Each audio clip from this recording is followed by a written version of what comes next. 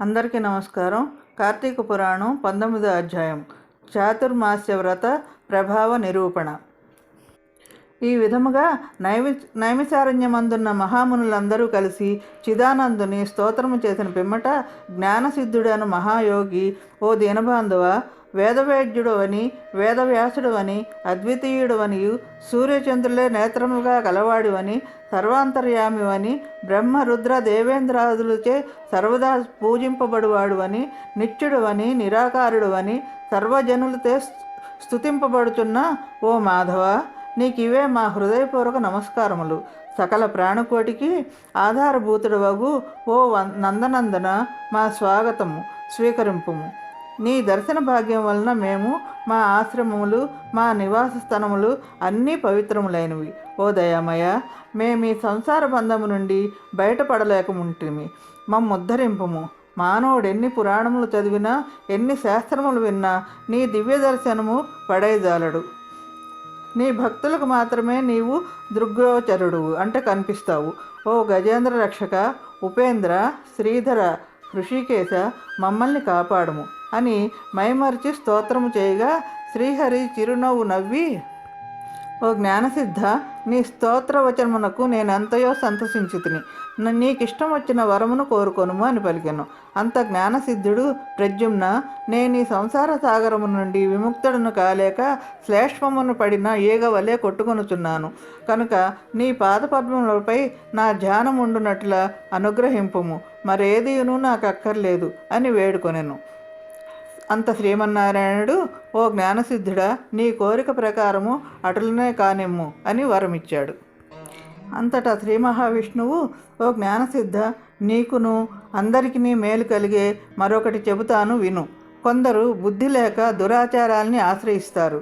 వాళ్ల కొరకు పాపహారికమును వేదోక్తము అయిన వ్రతాన్ని ఒకదాన్ని నియమిస్తాను. నేను లక్ష్మీ సమేతంగా ఆషాఢశుద్ధ ఏకాదశి నాడు క్షీరసాగరంలో శయనిస్తాను. తిరిగి కార్తీక శుద్ధ ద్వాదశి నాడు మేలుకొంటాను. ఈ 4 నెలలు యోగనిద్రలో ఉంటాను.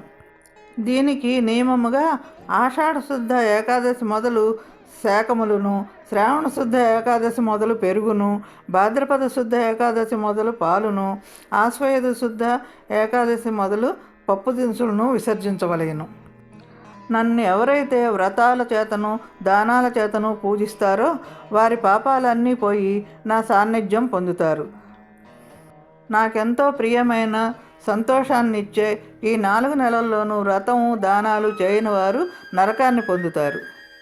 అంతేకాకుండా నేను చెప్పిన ప్రకారంగా నియమాలను పాటించకుండా నా ఆజ్ఞ ప్రకారము చాతుర్మాస వ్రతం చేయని వారు బ్రహ్మహత్య చేసినంత పాపాన్ని పొందుతారు. అదే నియమాలను పాటిస్తూ చాతుర్మాస్య వ్రతాలను చేసిన వారు సోమరితనం, నిద్ర పట్టకపోవటం, మరణించటం, దుఃఖం మొదలైన వాటి వలన కానీ, లాభాల వల్ల కానీ, తక్కిన వాటి వల్ల కానీ నా భక్తులకి భయం ఉండదు. నా భక్తులు ఎవరో, భక్తి లేని వారు ఎవరో, వారి భక్తిని పరీక్షించేటందుకే నేను యోగ నిద్ర నటిస్తాను తప్ప నిజంగా నిద్రించను. నాకు సంతోషాన్ని ఎవరు కలిగిస్తారో వారి జన్మజన్మల పాపాలన్నీ హరిస్తాయి. ఓ జ్ఞానసిద్ధ, ఇప్పుడు నీవు చేసిన స్తోత్రాన్ని 3 సంధ్యలలోనూ పఠించేవారికి నా మీద దృఢమైన భక్తి కలుగుతుంది. వారు చిరకాలం వైకుంఠంలో నివసిస్తారు అని స్వామి యోగనిద్రకు వెళ్ళిపోయారు అని వశిష్ఠుడు జనక మహారాజుతో, రాజా, ఈ విధముగా విష్ణుమూర్తి జ్ఞానసిద్ధి మొదలగు మునులకు చాతుర్మాస్య వ్రత మాహత్యమును ఉపదేశించాడు. ఈ వృత్తాంతమును అంగీరసుడు ధనలోపునకు తెలియజేశాడు. నేను నీకు వివరించాను కాన ఈ వ్రతము ఆచరించుటకు స్త్రీ పురుష భేదం లేదు. అన్ని జాతుల వారును చేయవచ్చును. శ్రీమన్నారాయణుని ఉపదేశం ప్రకారము మునిపుంగవులందరూ ఈ చాతుర్మాస్య వ్రతం ఆచరించి ధన్యులై వైకుంఠమును కరిగిరి. ఇట్లు స్కాంద పురాణాంతర్గత వశిష్ఠ ప్రోక్త కార్తీక మహత్యమందలి 19వ అధ్యాయం సంపూర్ణం.